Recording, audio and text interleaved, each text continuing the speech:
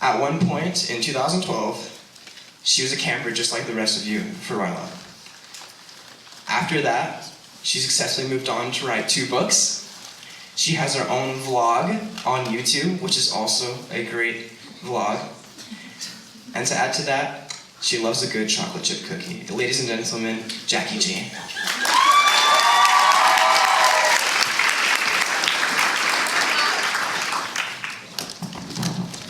Hey guys.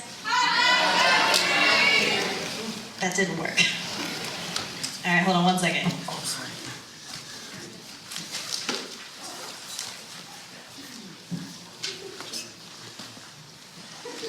How are you guys doing? Good, good. Me too. I did not expect to talk tonight, but I'm excited to do so. So before I say anything else, I want you guys to know that it is the biggest honor for me to get to stand on this stage and talk to you guys. To actually get to talk to you guys is really great, and to see all your faces at once, because you should know that just by making the decision to show up to this camp, to apply to ride the buses, to get here, to go in your discussion groups, all that stuff, you are making choices that are going to change the world and make it a much better place. You guys aren't just the dreamers, but you're the doers. So thank you for showing up. I have a really runny nose, and that's not fun. Do you guys watch YouTube? Raise your hand if you do. Wow, I think that's the most ever, me asking that question. Well, as Brandon said, I have a really interesting job. Basically, once a week for the past, I believe, 6 or 7 years, I set up this camera in my room, and I sit in front of it, and I share these really very personal things about my life.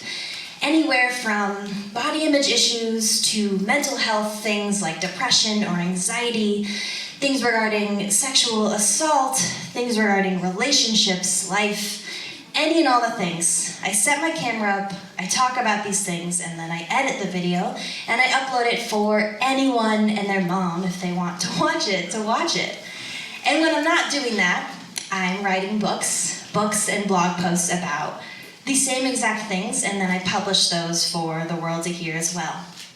So why do I do that? Why do I make my life so, I guess, vulnerable in public for anyone to know about? You see, I believe that in order to have a strong what, like no matter what it is you want to do, whether it's be a doctor or a teacher or a musician or the next big famous boxer, I feel like you need to know why you want to do what you want to do in order for it to really fulfill its purpose. And so it's my belief that real, authentic friendship, real, genuine connection and conversation about how we're actually doing, and real love and empathy in return for that is what is going to change the world. And so it's my mission to create more of that in all that I do, whether that's a YouTube vlog or a book or a conversation or standing up on the stage right now talking to you guys. I see, I don't have all the answers. I don't have a step-by-step formula for how to get through life.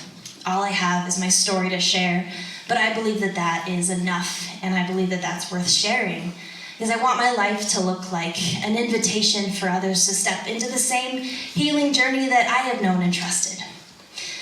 So on the first day of this camp, I was asked to play the role of your secret camper. I was supposed to be the really troubled, depressed 17-year-old girl that I wasn't really supposed to talk, make jokes, to smile, to laugh. I was supposed to really look like I needed help and to stand in for the person that does need help. And when I was first asked to do this, I said no because it scared me. It scared me. First of all, I don't act. Second of all, I've never done anything like that before, but honestly, it just hit too close to home.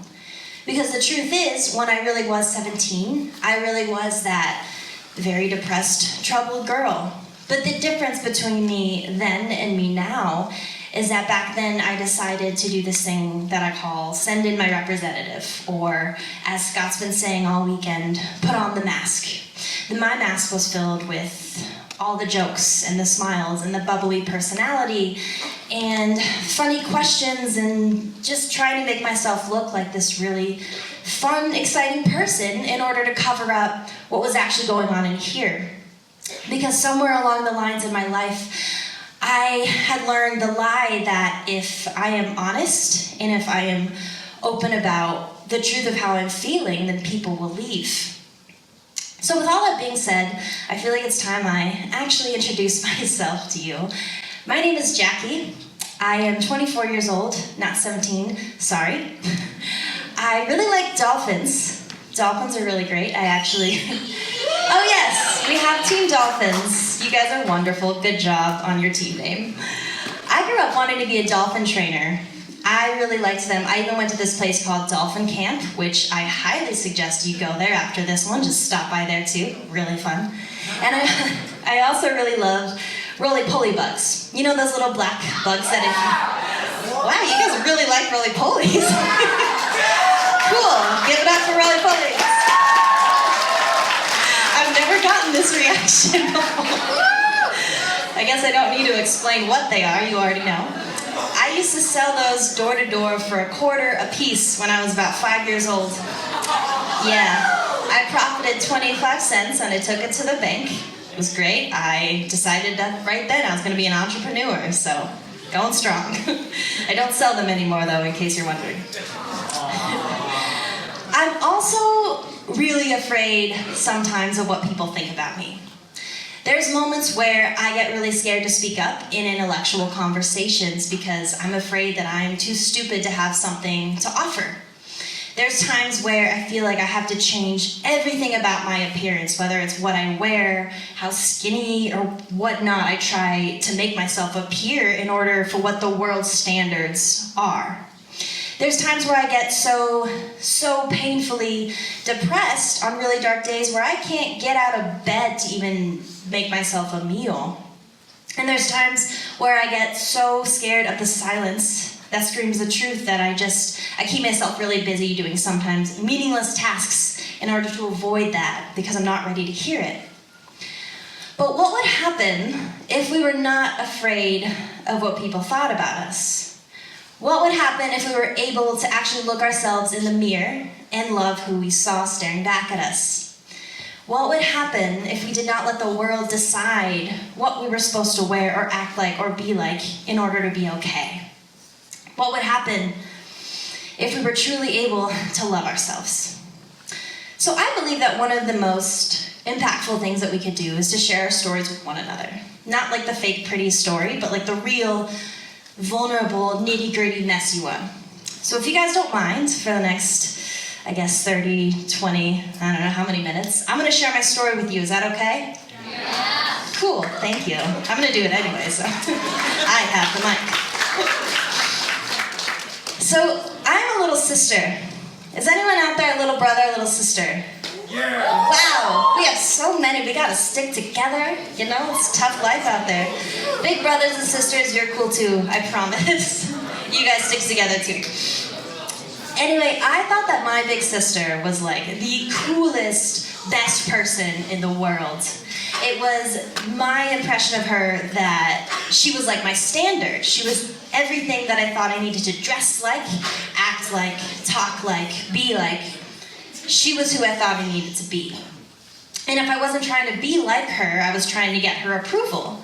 Because I thought that the only way for me to think that I was wonderful was if she thought that I was wonderful. So while growing up, I missed out on who I think I really was because I was trying to be just like her. So there came a time as I got older, as I got to be probably around maybe 15 or 16 years old, that I got really tired of trying to fit into someone else's shadow because I felt like I kept failing, like I was never able to live up to this standard. So I decided I wanted to start paving my own path and doing my own thing. So I ended up getting a job at this restaurant called Texas Roadhouse. You guys been there? All right. Wow, we have a lot in common, guys. That's the place with the peanut shells. I had to sweep them up, so that was really fun. All over the floor. Anyway, I got this job working there, and I started to make these new friends when I was there. Friends that did life differently than I had ever seen. You see, these people, they were the really cool kids. They were the partiers, they were the drinkers and the smokers and the ones with all the invites and the ones who ditched class and all these things that I had never really done before because, I don't know, I was just in my own world. I was trying to be my big sister.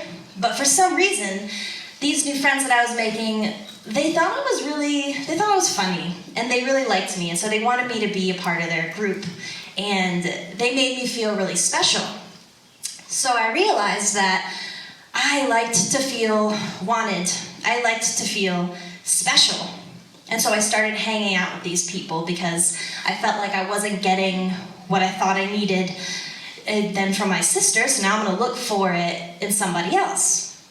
So I start hanging out with them, and they're really confused as to why I'm not doing the kind of stuff that they're doing. Like, why am I not partying? Why am I not drinking? And the more I would hang out with them, the more I realized that I didn't know why I was not doing it either. It stopped making sense to me. So there I was the next night smoking my first bowl of weed in a church parking lot.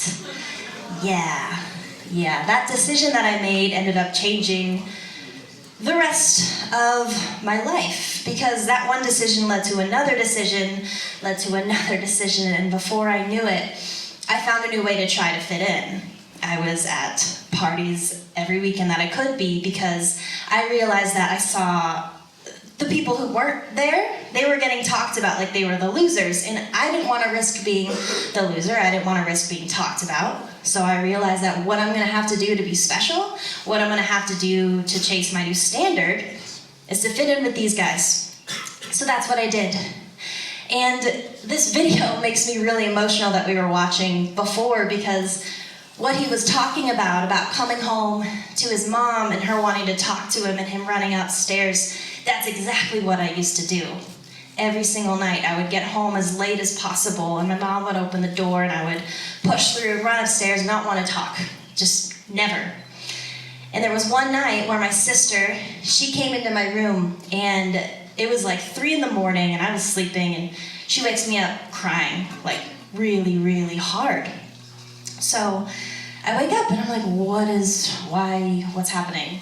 And she throws my phone at me and she tells me that she had just read through all my messages, and she's like, I know what you've been doing and I know who you've been hanging out with, and that's not okay and you need to stop. And she's just like giving me this lecture that I did not want.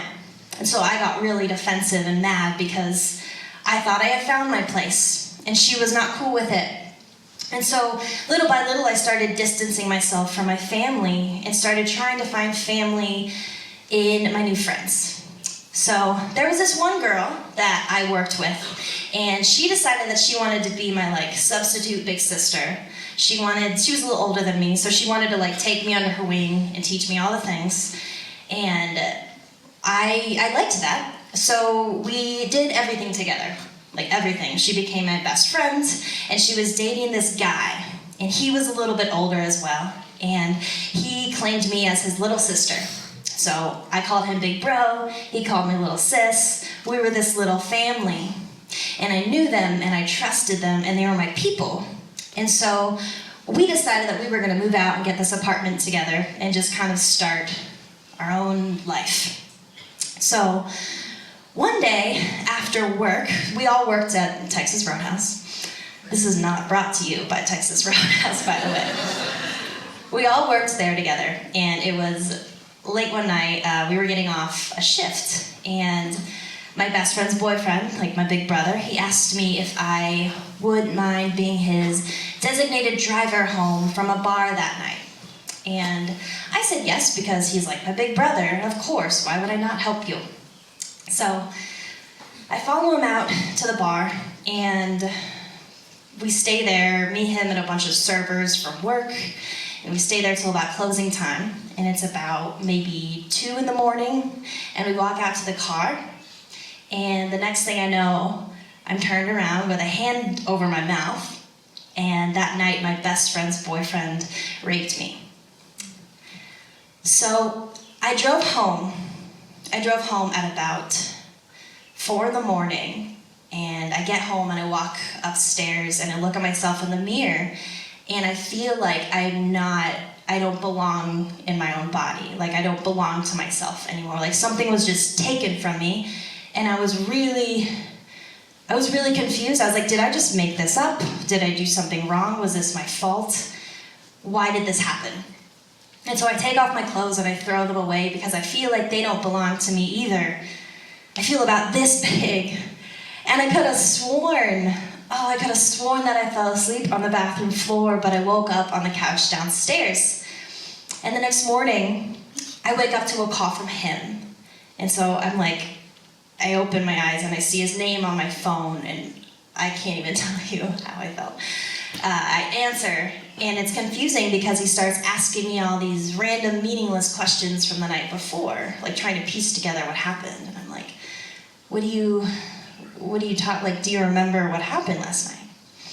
And he claims that he blacked out. So at the time, I believed him. I have a different opinion now. But at 17, when this happened to me, I believed him.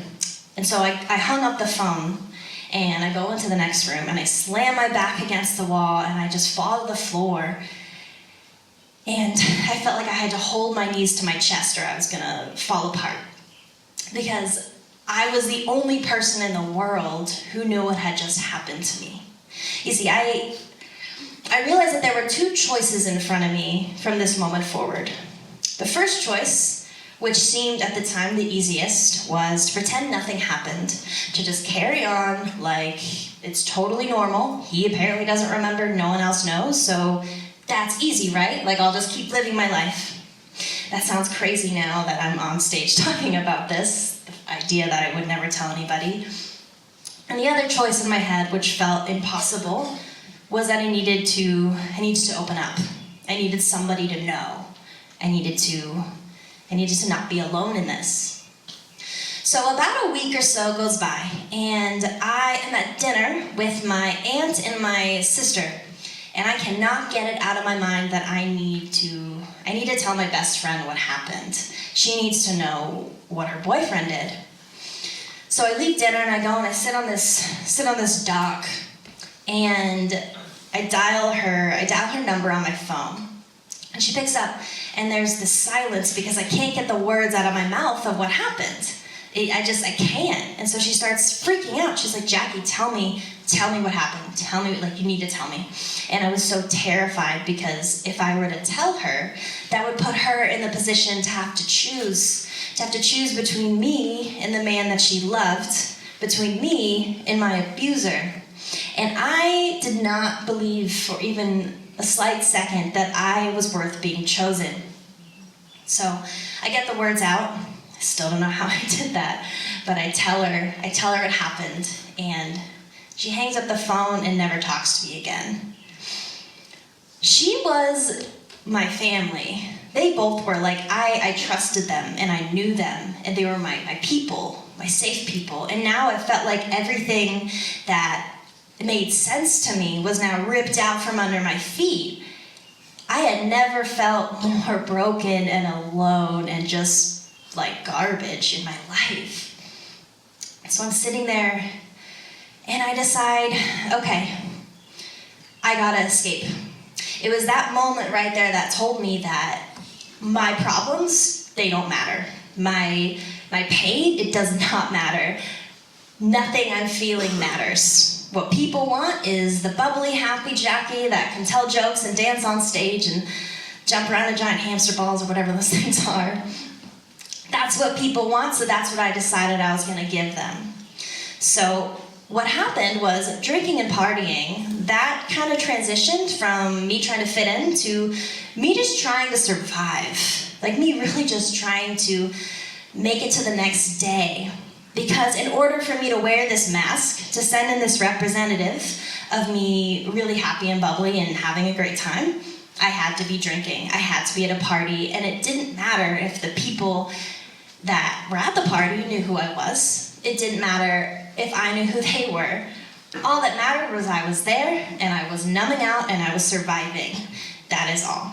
And so this became a downward spiral for me, because if I wasn't out doing that, then I was at home alone in my room crying, just wanting to wanting to not exist anymore, replaying the night over and over and over in my head again, like grainy flashbacks, just trying to piece together why that happened. Was that my fault? What did I do? Like, what do I do now?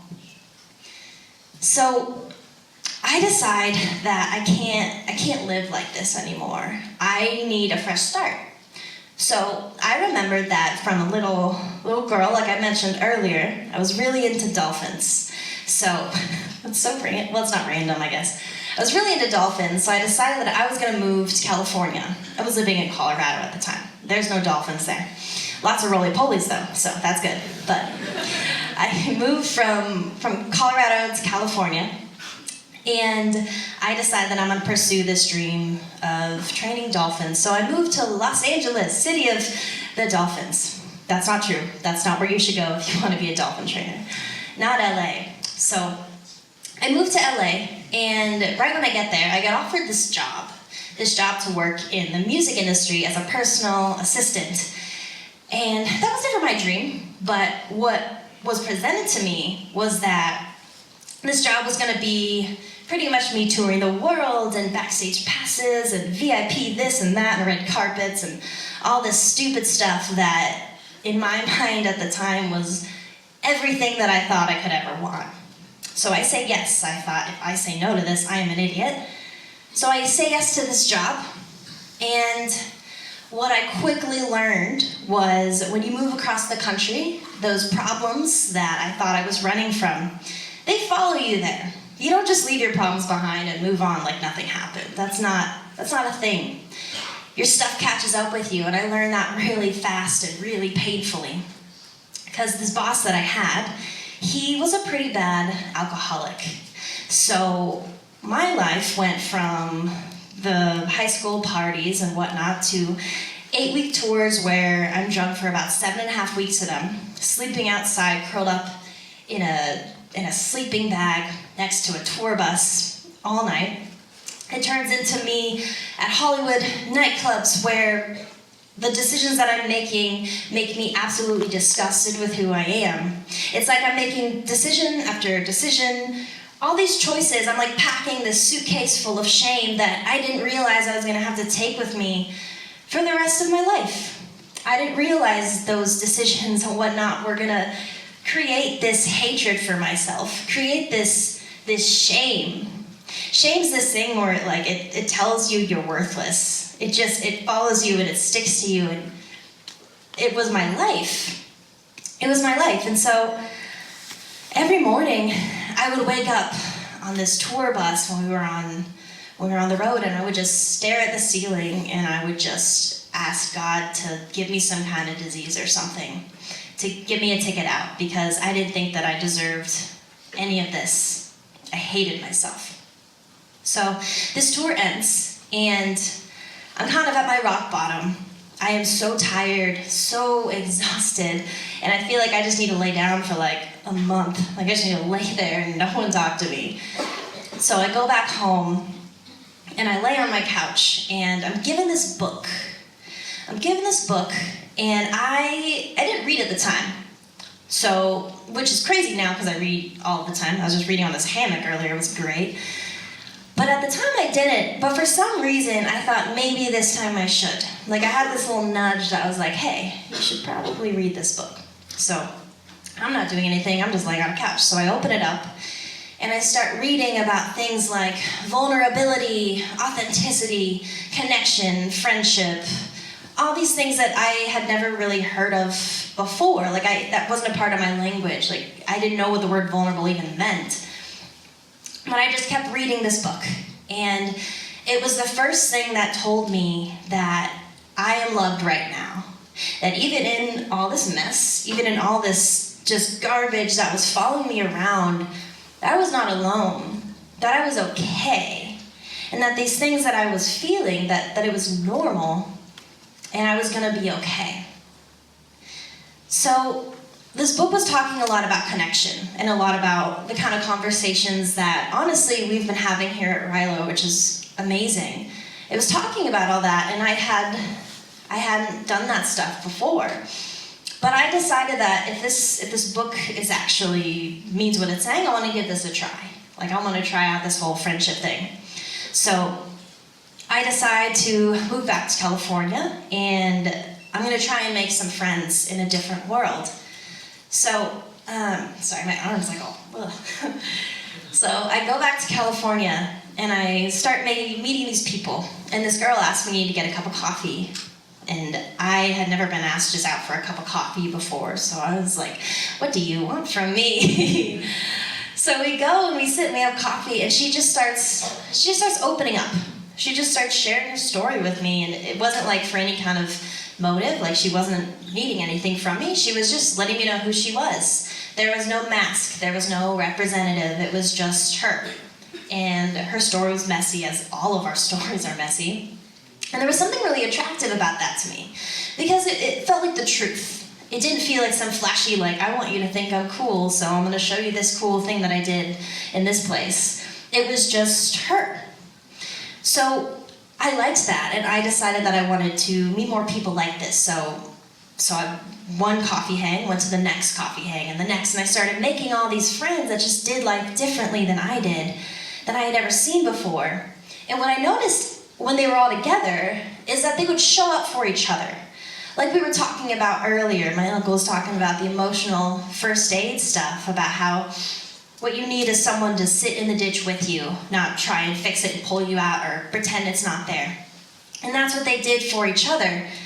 They just showed up. If they needed a shoulder to cry on, they gave each other a shoulder to cry on.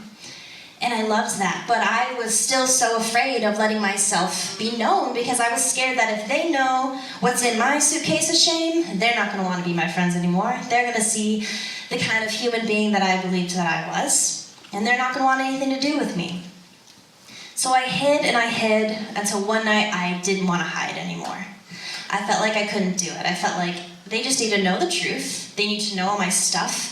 And if they turn around and leave and never talk to me again, then so be it. I cannot keep up this image that everything is fine. So I get in my car, and I'm crying my eyes out. It was really dramatic. I was a hazard on the road.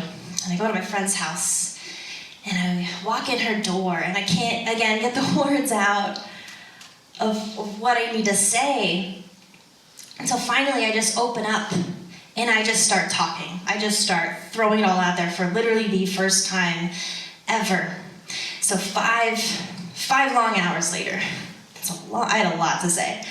5 hours of me crying and talking and sharing, I'm done. And she looks at me in the eye, and she tells me that she loves me, and she tells me that I'm okay, and she gives me a hug. And this hug felt really different from any other hug, because my friend knew who she was hugging. Like, she knew who I was. She knew my story. She wasn't just hugging this fake, pretty, picture-perfect version of me, these like highlights of my life. Like, she wasn't hugging that Jackie, but she was hugging the real Jackie. Because for so long, the real Jackie I was like shoving to the corner over there, wouldn't let anyone see her. She wasn't experiencing any love, any friendship, any of the things that we need to survive. So what happened was that this friend of mine, she offered me this gift called grace. And I didn't really understand what grace meant at the time. I thought it was just this fancy, like, churchy word, whatever. At the time, I realized that grace is something that you can't really understand fully unless you have this experience with it, to where you are just there, your whole story, your whole self, all the broken pieces, the good, the bad, the ugly, you're all out there. And someone sees that, acknowledges it, and looks at you and tells you that you're okay. Tells you that you're loved still. Not when you get your act all cleaned up, but right now. You are worthy now. And that's what that friend told me. You see, we were created for relationship. And we've been talking about that a lot over the past couple days. We need connection. We need the conversation. We need to know how we're actually doing. That's the point of life. Without that, what are we doing? What is the purpose about all of this if we don't know each other? You see, I don't think what was destroying me for all that time, I don't think it was the choices that I was making. Like, that wasn't helping me by any means. But I think what was killing me was the isolation. What was killing me was this like prison cell that I was trapping myself in, to where I wouldn't let anyone else see. I wouldn't let anyone else in it.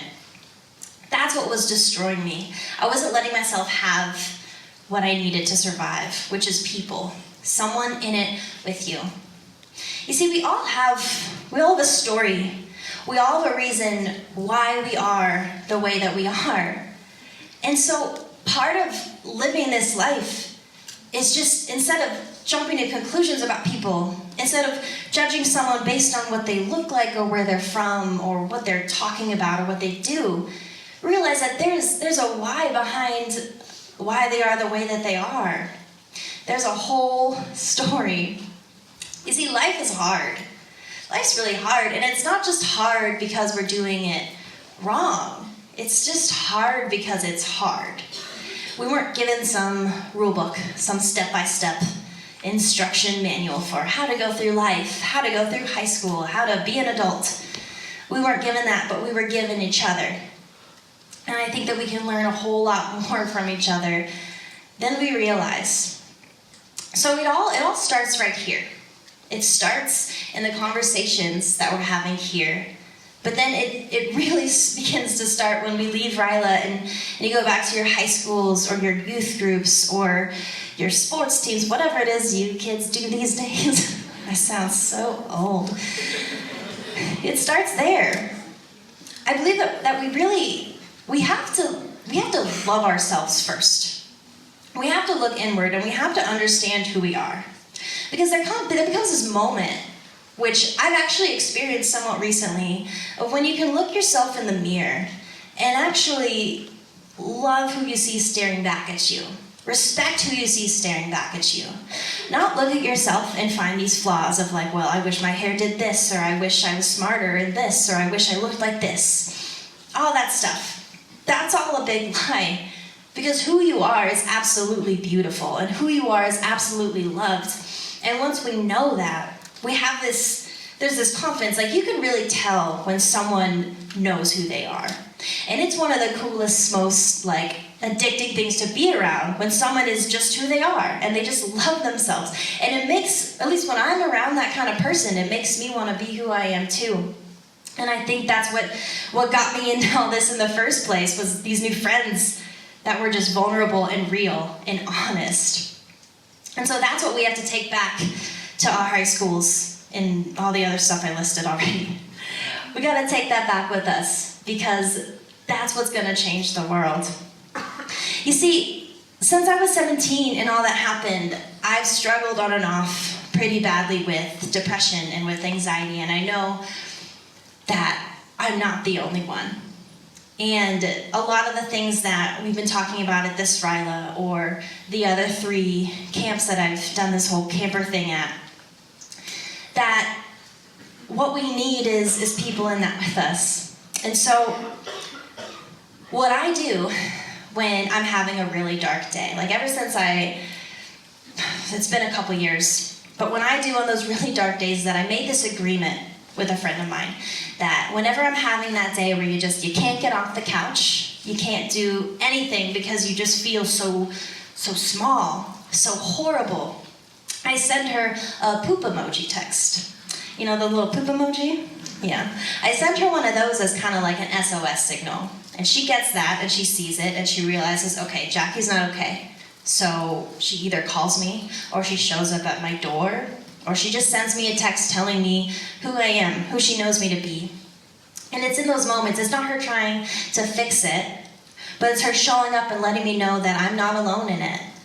That there's nothing I could do to be alone in it anymore, because she's got the poop emoji, and that's the proof. Yeah, there's no healing. There's no healing without connection.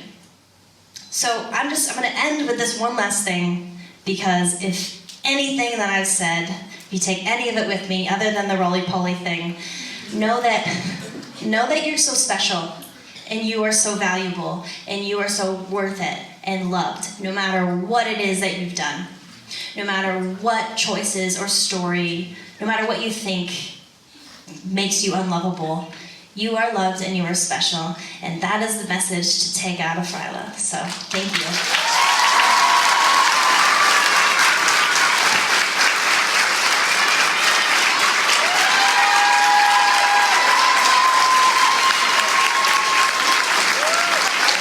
Isn't she amazing?